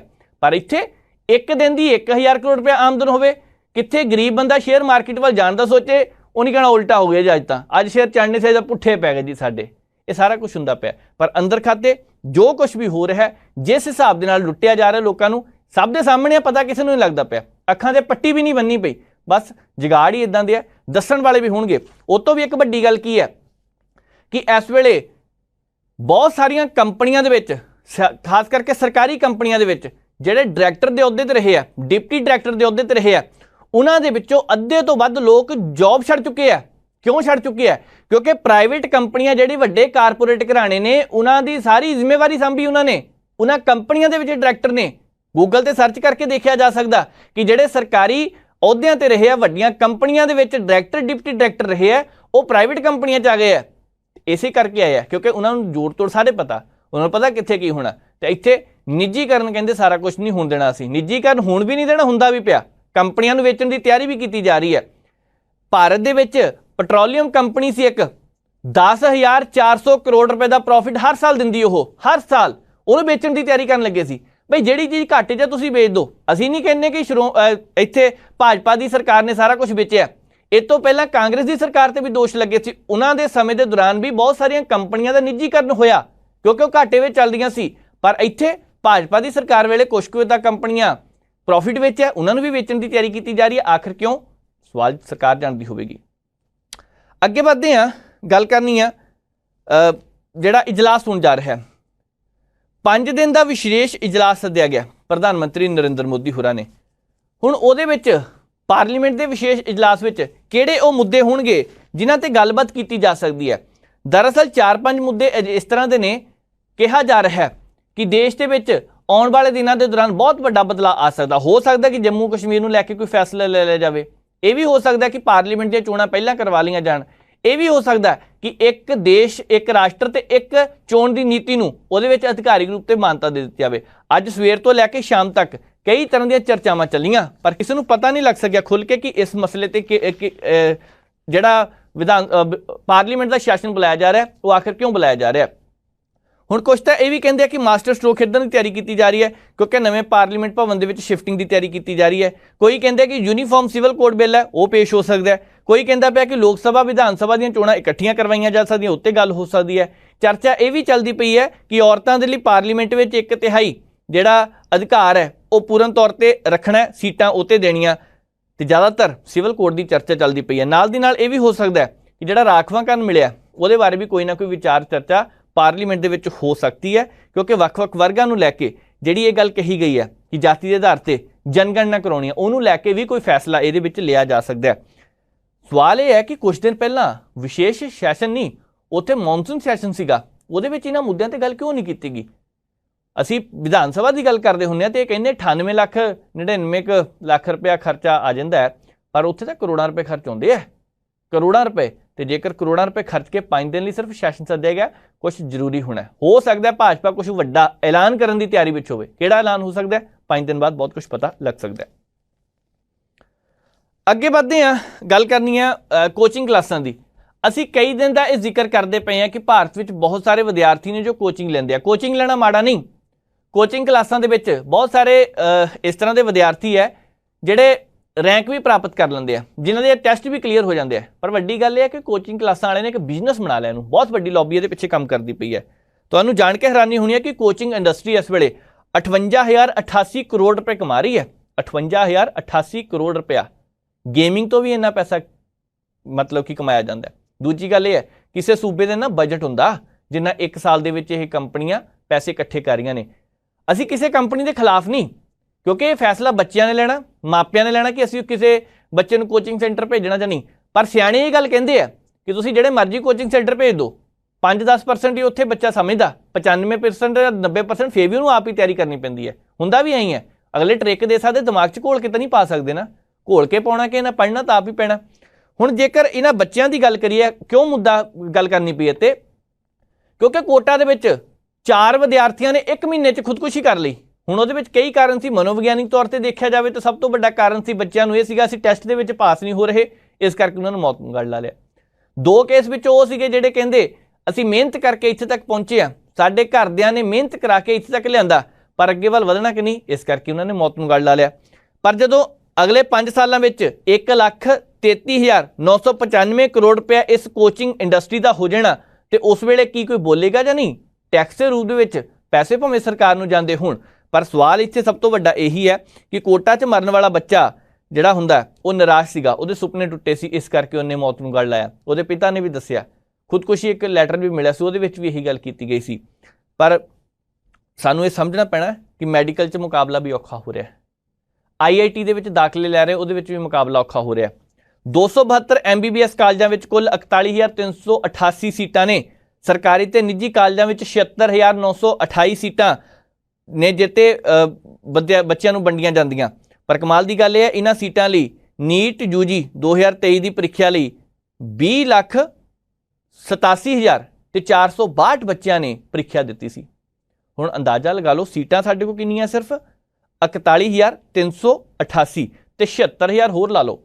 ਹੁਣ 20 ਲੱਖ ਬੱਚਾ ਉੱਥੇ ਪਹੁੰਚਿਆ ਹੋਵੇ ਤੇ ਉਹਨਾਂ ਦੇ ਵਿੱਚੋਂ ਅੱਧੇ ਤਾਂ ਨਿਰਾਸ਼ ਹੋ ਹੀ ਜਾਂਦੇ ਆ ਨਾ। ਕਿਉਂ ਨਹੀਂ ਸੀਟਾਂ ਵਧਾਈਆਂ ਜਾਂਦੀਆਂ? ਕਿਉਂ ਨਵੇਂ ਮੈਡੀਕਲ ਕਾਲਜ ਨਹੀਂ ਖੋਲੇ ਜਾਂਦੇ? ਸਾਡੇ ਦੇਸ਼ ਦੇ ਵਿੱਚ ਧਾਰਮਿਕ ਸਥਾਨਾਂ ਲਈ ਪੈਸਾ ਪਾਣੀ ਵਾਂਗੂ ਬਹਾਇਆ ਜਾਂਦਾ ਹੈ। ਅਸੀਂ ਕਿਸੇ ਇੱਕ ਭਾਈਚਾਰੇ ਨੂੰ ਨਹੀਂ ਕਹਿੰਦੇ, ਸਾਰੇ ਹੀ ਹੈ। ਮੂਰਤੀਆਂ ਬਣਾਈਆਂ ਜਾ ਰਹੀਆਂ ਨੇ ਇੱਥੇ, ਕਈ ਥਾਵਾਂ ਤੇ ਮੂਰਤੀ ਦੀ ਪੂਜਾ ਕੀਤੀ ਜਾਂਦੀ, ਕਈਆਂ ਤੇ ਮਨਾਹੀ ਹੈ, ਕਈ ਦੇਸ਼ਾਂ ਵਿੱਚ ਵੀ ਮਨਾਹੀ ਹੈ, ਕਈ ਧਰਮ ਦੇ ਵਿੱਚ ਮਨਾਹੀ ਹੈ। ਪਰ ਇੱਥੇ ਕੀ ਹੋ ਰਿਹਾ? ਧਾਰਮਿਕ ਸਥਾਨਾਂ ਤੇ ਕਰੋੜਾਂ ਰੁਪਏ ਲਾਏ ਜਾ ਰਹੇ ਨੇ। ਪਿਛਲੇ ਦਿਨੀ UK ਦੇ ਵਿੱਚੋਂ ਇੱਕ ਆਵਾਜ਼ ਆਈ, ਉਹ ਕਹਿੰਦੇ ਇਸ ਦੇਸ਼ ਨੂੰ ਪੈਸੇ ਲੈਣ ਦੀ ਲੋੜ ਕੀ ਹੈ ਦੂਜੇ ਮੁਲਕ ਤੋਂ ਜਾਂ ਕਿਸੇ ਕਰਜ਼ ਲੈਣ ਦੀ, ਕਿਉਂਕਿ ਇੱਥੇ ਧਰਮ ਦੇ ਆਧਾਰ ਤੇ ਪੈਸੇ ਮੂਰਤੀਆਂ ਲਗਾਏ ਜਾ ਰਹੇ ਨੇ। ਜਿਹੜੇ ਪੈਸੇ ਉੱਥੇ ਲਗਾਏ ਜਾਂਦੇ ਨੇ, ਕਿਉਂ ਨਹੀਂ ਦੇਸ਼ ਦੀ ਅਰਥ ਵਿਵਸਥਾ ਤੇ ਲਾਉਂਦੇ, ਆਰਥਿਕ ਵਿਕਾਸ ਤੇ ਲਾਉਂਦੇ? ਭਾਈ ਵੋਟਾਂ ਹੁੰਦੀਆਂ, ਜੇਕਰ ਸਾਰਾ ਕੁਝ ਇੱਦਾਂ ਹੋ ਗਿਆ ਤਾਂ ਵੋਟਾਂ ਕਿੱਦਾਂ ਮਿਲਣੀਆਂ ਨੇ? ਲੋਕਾਂ ਦੀ ਆਸਥਾ ਦਾ ਸਵਾਲ ਹੈ। ਆਸਥਾ ਦੇ ਨਾਂ ਤੇ ਧਰਮ ਸਥਾਨ ਨਹੀਂ ਬਣਨਗੇ, ਧਰਮ ਸਥਾਨ ਤੇ ਲੋਕ ਇਕੱਠੇ ਨਹੀਂ ਹੋਣਗੇ, ਕਰਕੇ ਉੱਥੇ ਗੱਲਾਂ ਵੋਟਾਂ ਨਹੀਂ ਪਾਉਣਗੇ, ਤਾਂ ਤੁਸੀਂ ਕਿਹੜੀਆਂ ਗੱਲਾਂ ਕਰਦੇ ਹੋ?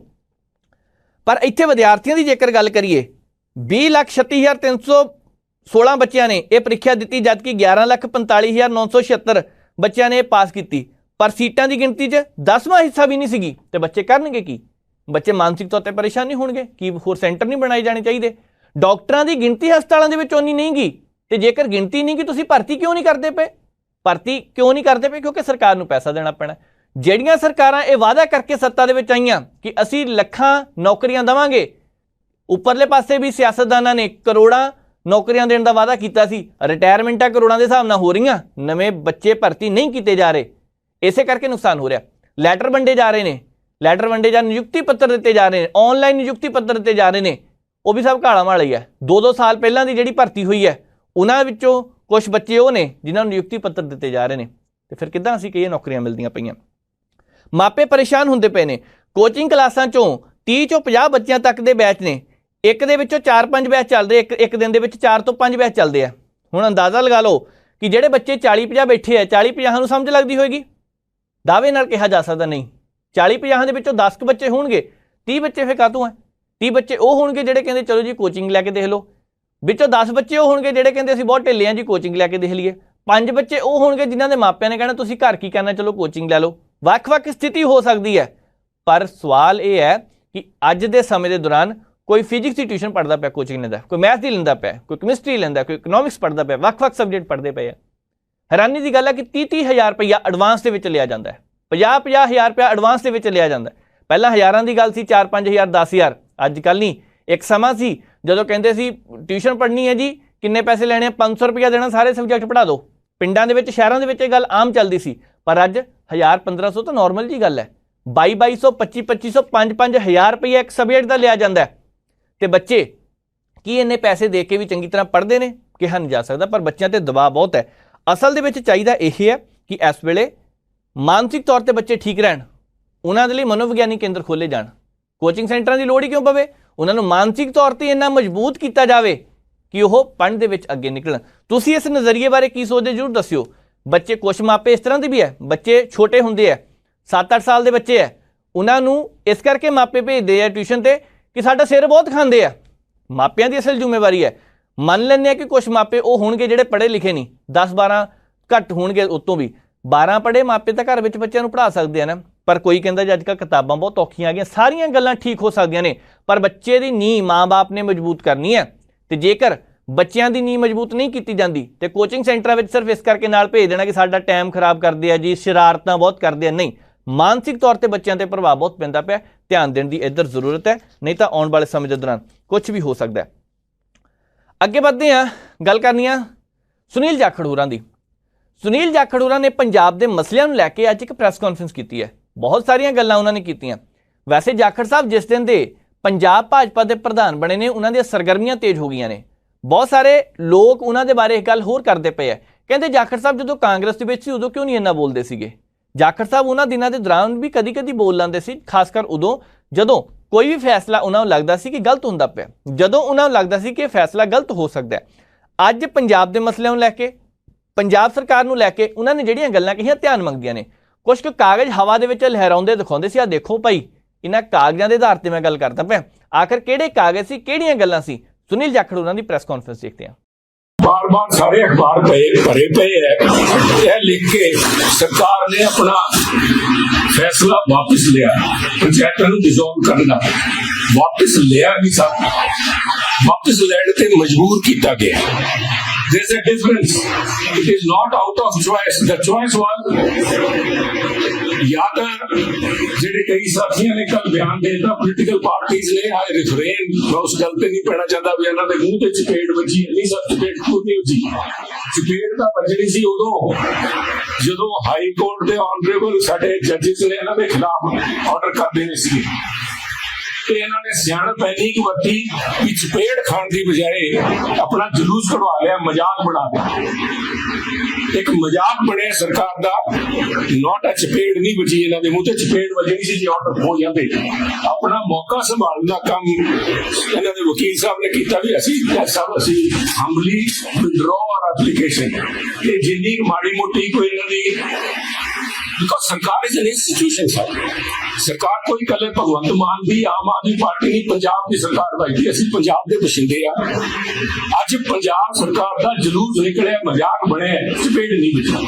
उस चपेट ना वजह का भी मैं समझदा क्रेडिट जाता ऑनरेबल जजी साहब जिन्होंने इन्होंने मौका दिता विड्रॉ कर लो, नहीं फैसला थोड़े खिलाफ आने वाला है। So that is one catch point in this whole situation भी इन्होंने कोई कसर नहीं सी छड़ी।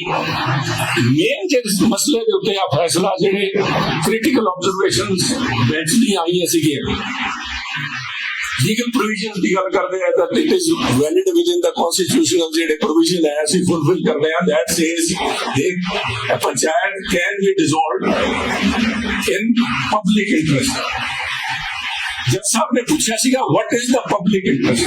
ਜਨ ਹਿੱਤ ਦਾ ਮਸਲਾ ਹੋਏ ਤਾਂ ਕਿਸੇ ਪੰਚਾਇਤ ਨੂੰ ਭੰਗ ਕੀਤਾ ਜਾ ਸਕਦਾ ਹੈ। ਉਹ ਫਿਰ ਲੀਗਲ ਪੁਆਇੰਟ ਆ ਜਾਊਗਾ ਕਿ ਇੱਕ ਪੰਚਾਇਤ ਨੂੰ ਕੀਤਾ ਜਾ ਸਕਦਾ, ਤੁਸੀਂ ਸਾਰੀਆਂ ਨੂੰ ਕਰਤਾ। That is not the issue Sahib. Issue panchayat ਦਾ ਅੱਜ ਸਾਡਾ ਪੰਜਾਬ ਦਾ ਹੈ ਕਿ ਇਹ ਫੈਸਲਾ ਪੰਚਾਇਤਾਂ ਨੂੰ ਭੰਗ ਕਰਨ ਦਾ ਤਿਵਾੜੀ ਸਾਹਿਬ ਨੇ ਨਹੀਂ ਲਿਆ। ਆਹ ਫੈਸਲਾ ਖਹਿਰਾ ਸਾਹਿਬ ਨੇ ਨਹੀਂ ਲਿਆ। ਆਹ ਫੈਸਲਾ ਭਗਵੰਤ ਮਾਨ ਜੀ ਨੇ ਲਿਆ। ਜੇ ਆਪਾਂ ਕਹਿ ਲਈਏ ਵੀ ਲਾਲਜੀਤ ਭੁੱਲਰ ਜੀ ਦਾ ਕਹਿ ਰਹੇ ਕਈ ਸਾਥੀ ਕਿ ਲਾਲਜੀਤ ਭੁੱਲਰ ਜੀ ਨੂੰ ਡਿਸਮਿਸ ਕਰੋ, ਤੁਸੀਂ ਤਿਵਾੜੀ ਜੀ ਨੂੰ ਕਿਉਂ ਕਰਤਾ ਜਾਂ ਖਹਿਰਾ ਜੀ ਨੂੰ ਕਿਉਂ ਕਰਤਾ? Why not the chief minister? At least he should own the responsibility. ਖੜੇ ਹੋ ਕੇ ਕਹਿਣ ਵੀ ਮੈਂ ਗਲਤ ਫੈਸਲਾ ਲੈ ਲਿਆ, ਮੈਂ ਪੰਜਾਬ ਦੇ ਲੋਕਾਂ ਤੋਂ ਇਸ ਗੱਲ ਦੀ ਮਾਫੀ ਮੰਗਦਾ। ਪਰ ਨਹੀਂ, ਉਸ ਪਾਸੇ ਨਹੀਂ ਜਾ ਕੇ ਭਗਵੰਤ ਮਾਨ ਜੀ ਨੇ ਇੱਕ ਅੱਜ ਵੀ ਸ਼ਾਇਦ ਬੰਬੇ ਹੈ ਨਹੀਂ, ਅਜੇ ਵੀ ਬੰਬੇ ਹੈ ਸਾਹਿਬ। ਉਹ ਆ ਕਿਉਂ ਹੋਇਆ था? ਇਸ ਕਰਕੇ ਹੋਇਆ ਜਿਵੇਂ ਪੰਜਾਬੀ ਚ ਕਹਿੰਦੇ ਨਾ ਸੁੱਤੇ ਪਏ ਕੱਟੇ ਜੰਮਦੇ। ਜੇ ਨਹੀਂ ਸੰਭਾਲੋਗੇ ਸਾਹਿਬ, ਜੇ ਭਗਵੰਤ ਮਾਨ ਜੀ ਜ਼ਿਆਦਾ ਇੰਟਰਸਟਿਡ ਹੈ ਨੈਸ਼ਨਲ ਪੋਲਿਟਿਕਸ ਦੇ ਅੰਦਰ, ਉਹਦੇ ਉੱਤੇ ਵੀ ਆਊਂਗਾ। ਸੌਰੀ, ਮੈਂ DBA firm this is a very important issue of Punjab, ਪਰ ਮੈਂ ਉਹਦੇ ਤੇ ਵੀ ਆਊਂਗਾ। ਨੈਸ਼ਨਲ ਇਸ਼ੂ ਦੇ ਉੱਤੇ ਵੀ ਮੈਂ ਤੁਹਾਡੇ ਸਾਹਮਣੇ ਗੱਲ ਕਰਨਾ ਚਾਹੁੰਦਾ।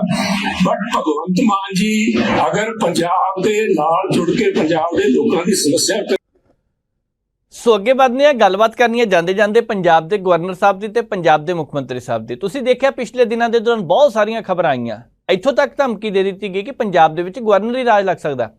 ਇਹ ਵੀ ਕਹਿ ਦਿੱਤਾ ਗਿਆ ਕਿ ਗੱਲ ਹੁਣ ਕੇਂਦਰ ਵਾਲੇ ਪਾਸੇ ਜਾ ਸਕਦੀ ਹੈ ਤੇ ਜਿਹੜੀਆਂ ਚਿੱਠੀਆਂ ਦੇ ਜਵਾਬ ਨਹੀਂ ਦਿੱਤੇ ਗਏ ਉਹ ਜਵਾਬ ਹੁਣ ਕੇਂਦਰ ਸਰਕਾਰ ਨੂੰ ਜਾ ਕੇ ਦੱਸਣਾ ਤੇ ਅਗਲੇ ਫੈਸਲਾ ਕਰਨਗੇ। ਵੈਸੇ ਤਾਂ ਗਵਰਨਰ ਸਾਹਿਬ ਦੇ ਕੋਲ ਕਈ ਫਾਈਲਾਂ ਤਿਆਰ ਪਈਆਂ ਸੀ, ਪਰ ਦੂਜਾ ਪੱਖ ਇਹ ਵੀ ਸੀ ਕਿ ਫਾਈਲਾਂ ਮੁੱਖ ਮੰਤਰੀ ਸਾਹਿਬ ਦੇ ਕੋਲ ਵੀ ਤਿਆਰ ਪਈਆਂ ਸੀਗੀਆਂ। ਦੋਹੀ ਕਹਿੰਦੇ ਪਏ ਸੀ ਸਾਡੇ ਕੰਮਾਂ 'ਚ ਦਖਲਅੰਦਾਜ਼ੀ ਕੀਤੀ ਜਾ ਰਹੀ ਹੈ। ਗਵਰਨਰ ਸਾਹਿਬ ਕਹਿੰਦੇ ਸੀਗੇ ਕਿ ਮੇਰੀਆਂ ਚਿੱਠੀਆਂ ਦੇ ਜਵਾਬ ਨਹੀਂ ਦਿੱਤੇ ਜਾ ਰਹੇ ਤੇ ਮੁੱਖ ਮੰਤਰੀ ਸਾਹਿਬ ਕਹਿੰਦੇ ਸੀ ਪੰਜਾਬ ਦੇ ਜਿਹੜੀ ਸਰਕਾਰ ਕੰਮ ਕਰਦੀ ਉਹ ਜਿਹੜੀ ਕਿਹੜਾਏ ਜਾ ਰਹੇ ਨੇ। ਦੋਹੀ ਆਪਣੀ ਆਪਣੀ ਜਗ੍ਹਾ ਸੀਗੇ। 4 ਦਿਨ ਇਸ ਮਸਲੇ 'ਤੇ ਕੋਈ ਗੱਲ ਨਹੀਂ ਹੋਈ। ਮੀਡੀਆ ਦੇ ਵਿੱਚ ਇੱਕ ਵੱਖਰੀ ਚਰਚਾ ਚੱਲ ਪਈ ਕਿ ਭਾਈ ਕੁਝ ਵੱਡਾ ਹੋਣ ਵਾਲਾ, ਸ਼ਾਂਤੀ ਹੋ ਗਈ ਹੈ, ਇਹ ਲਹਿਰਾਂ ਨੇ ਸ਼ਾਂਤੀ ਤੋਂ, ਜਿਹੜੀਆਂ ਇਹ ਲਹਿਰਾਂ ਉੱਠਣ ਵਾਲੀਆਂ ਨੇ ਕੋਈ ਖਤਰਨਾਕ ਹੋ ਸਕਦੀਆਂ ਨੇ ਸ਼ਾਂਤੀ ਵਾਲੀ ਲਹਿਰਾਂ। ਇਹ ਅਸਲ ਦੇ ਵਿੱਚ ਇਹ ਗੱਲਾਂ ਨਹੀਂ ਸੀਗੀਆਂ।